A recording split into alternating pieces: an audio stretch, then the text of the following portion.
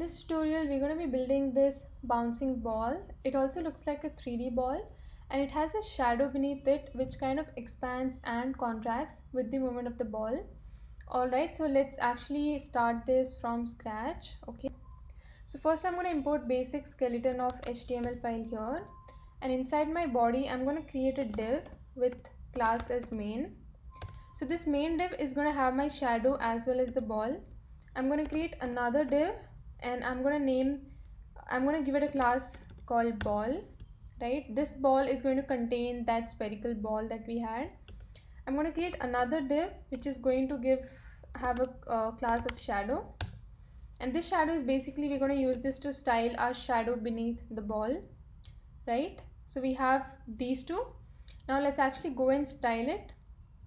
So first of all, let me remove any extra margin that's there by default. So I'm going to say margin of 0. Alright, and now let me actually go to our main div, right? The main div, I'm going to give it a height of 100 vf so that it takes the entire view height, right, of the page, the main container. And then now to actually see our ball, what I'm going to do is I'm going to give some styling to the ball first. So let me say ball, let me give it a width of 150 pixel, a height of 150 pixel again, and let me give it a background so it's actually visible. So for now I'm going to give it a background of green. This isn't reflecting right now as I forgot to link the CSS file with the HTML file. So here I'm going to go ahead and add link, and we want to link our CSS file. Alright, so now it will actually show this particular div. Alright, so now let's actually go ahead and align this in the center of this page. So I'm going to give this display of flex, and I'm going to say justify content center as well as align items center. So I'm going to vertically and horizontally center this. Okay, align items center. So now I'm going to have this in middle of this page, and the next thing I want to do is actually make this a circle, right? So for that I have to give a border radius of 50%, right? So a 50% radius is going to result it into a circle, right? So the next thing I'm going to do is I want to change the color of this ball and sort of make it look like a 3D ball. And for that, what I'm going to do is I'm going to use a function called as radial gradient. And what this function does is I can give it any number of colors, and what it's going to do is it's going to sort of combine these colors, and it's going to transition from one color to the other. So let me actually do it and then show so that it's easier to understand. So first I've given a purple color, alright, and then I'm going to give a black color. So totally two colors that we are adding. So first the purple color is going to start from the center and it's going to transition evenly to black color, right? So these are the two colors that we have given.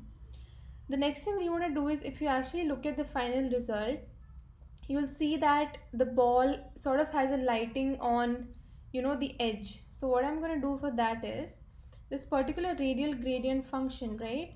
I can also give it something like, you can specify a particular position on this particular shape, right, where exactly you want this center to start. So we want this to start somewhere at this position.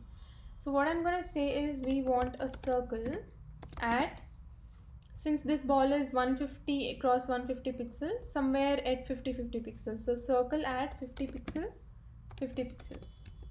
Let's see how this looks. So yeah, it has come back to this position.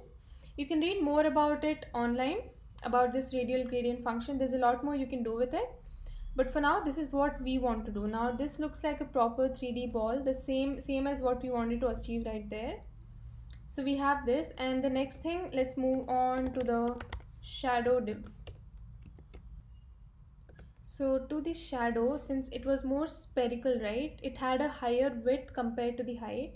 So let me say I'll give it a height of 10 pixel, and corresponding to that we'll give it a width of 120 pixel. And let's actually give it a background so it's again visible to us. So let me say background of, So here's the thing, the background is sort of, it's like a shadow, right? The shadow, it's sort of gray color, but it also has a lighter opacity, right?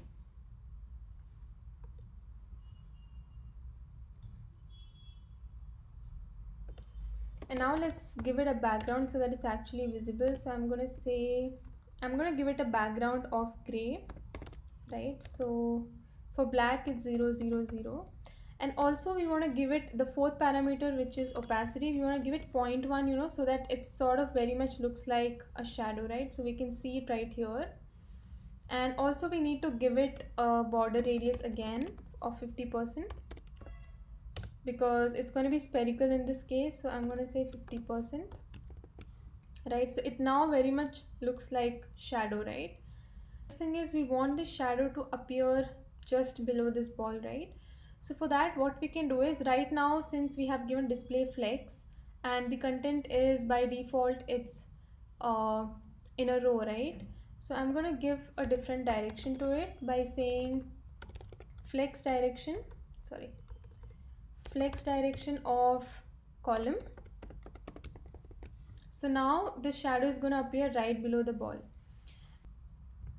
The shadow and ball are kind of sticking together with each other, and the shadow can only expand when they are different, like when they're apart from each other, right? When they are sticking to each other, the shadow should actually disappear.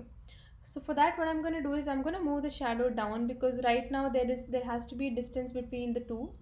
So to the shadow, I'm going to say transform and translate along the y-axis. So let's say around 350 pixel.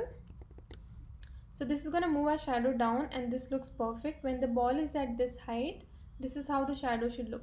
And actually I want this to move to the center, so I'm going to for now just make it 60 view height. Okay, so this has moved up. And the next thing is we want to add animation to it so that the ball comes down, right? And when that happens, the shadow should actually contract. Also, when the ball comes down, the width of the ball should increase, right? If you look at this one, when the ball comes down, the width of the ball actually increases. So let's focus on that part now. In order to achieve that, I'm going to give this particular, so first let's actually try to animate the ball. So I'm going to give it animation and give it any name we want. So we can actually, I'm going to give it bounce. You can give it any name you want. So now let's use this bounce to actually animate this. So for that, I'm going to use keyframes, right? So let me say keyframes, and then we need to give the name of the animation. In this case, it's bounce. And how this works is we can actually apply different things to it at different percentage of time. What does that mean? So I'm going to say, for example, at 0%, there's something that I want to do. Again, when we reach around 30%, there's something else we want to perform. And similarly 50%, and finally I'm going to say 100%, right? So here is something that I want to do. At 0%, that is when we are just starting with this keyframes, at 0% the ball should remain where it is exactly. So at 0%, right, the ball should actually transform and say translate y to 0, right? Because it has to be in the same position. When we are around at 100%, or let's say at 50%, we should transform and say translate y, move the ball down, right? We need to move the ball down to 350 pixels. The reason why 350 pixel is because that's the distance between this shadow and the ball. So I'm going to say 350 pixel.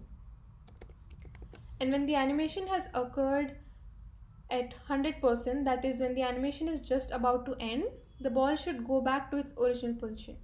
So again, we need to translate y to 0, right? So the ball is going to come down and it's going to go back up. Now one more thing that we can do is this.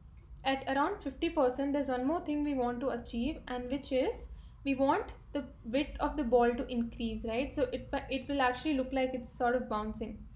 So what I'm going to do for that is height, actually let me change the width, right? So the width, I'm going to change it. It was 150 originally, so I'm going to make it 200 pixel. So if you see, you actually noticed, right, when the ball came down, let me actually say again, when the ball comes down, the width of the ball increases.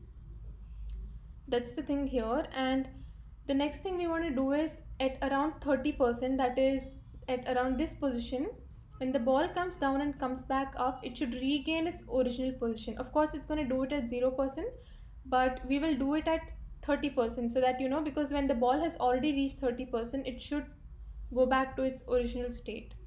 So I'm going to say height of 150 pixel, and also a width of, sorry, a width of 150 pixel, right? So yeah, that's about it. And the next thing we want to do is we want this transition to occur infinite number of times, right? Because the ball keeps bouncing. So here we give animation, and we can also give animation iteration count infinite, right? So it's gonna happen infinite number of times, like you can see here. But the thing with this ball is it's not yet smooth, right? It doesn't look that smooth. It looks like somebody's actually forcing this animation. So in order to solve this problem, what we are going to do is we are going to give animation timing function, which is right here. So if I give it a value of ease in, for example, it's actually going to ease in, right? When the ball comes back to its original place, it kind of eases in. And the same thing, if I give it ease out, the ball is going to ease out when it's leaving, right? So I can actually give it ease in out, so it's going to look pretty smooth. So now the ball looks just like how we wanted it to look. And now we actually need to animate our shadow, right? The shadow should also expand and contract. So using this similar notion, we can do the same thing for shadow. So again, for shadow, what I'm going to do is give it animation, right? And let me actually name this shadow, and we want this to occur for 0.5 seconds.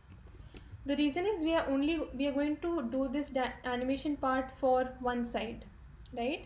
Totally the ball comes down and goes up in 1 second, and we are going to do this animation only for one duration. What we mean by that is either when the ball comes down or when it goes up. That's why we have taken 0.5 seconds. So again, we can give keyframes, right? Keyframes to shadow, right? And instead of saying 0%, 30, 50s, 100 and so on, if you only want to give it for start and end, you can actually use this syntax. You can say from and then to, right? So the animation actually starts when the ball is on top, and when the ball is on top, the width of the shadow should be less. So I'm going to say it should start from a width of the shadow from around 50 pixel, right? And it should end up at a width of 100 pixel, right? So now you can see it was actually changing. It changed once, so we also want this to happen infinitely. So I'm going to copy this and give the same thing for shadow, right? So now this is occurring infinitely, but it's occurring twice during one transition, right? Because we have given 0.5 second. So what we need to do in this case is we need to give animation direction alternate. What it's going to do is first it will smoothly expand and contract, right? Because we have given animation when it starts from the contracted state and expands. We want the same thing to occur alternatively, right? When it's expanded, we want it to smoothly also contract. So we have achieved this by giving animation direction alternate. But if you notice one thing here, it doesn't look very smooth. So we can use the same ease in ease out function, right? So I'm going to give this ease in out. Let me actually save it. So now you can see it perfectly looks like what we actually wanted to achieve. This is the final result, and it pretty much looks similar to this. So that's it, guys. If you like this video, you can subscribe for more such tutorials. We're going to be doing more of these absolutely from scratch.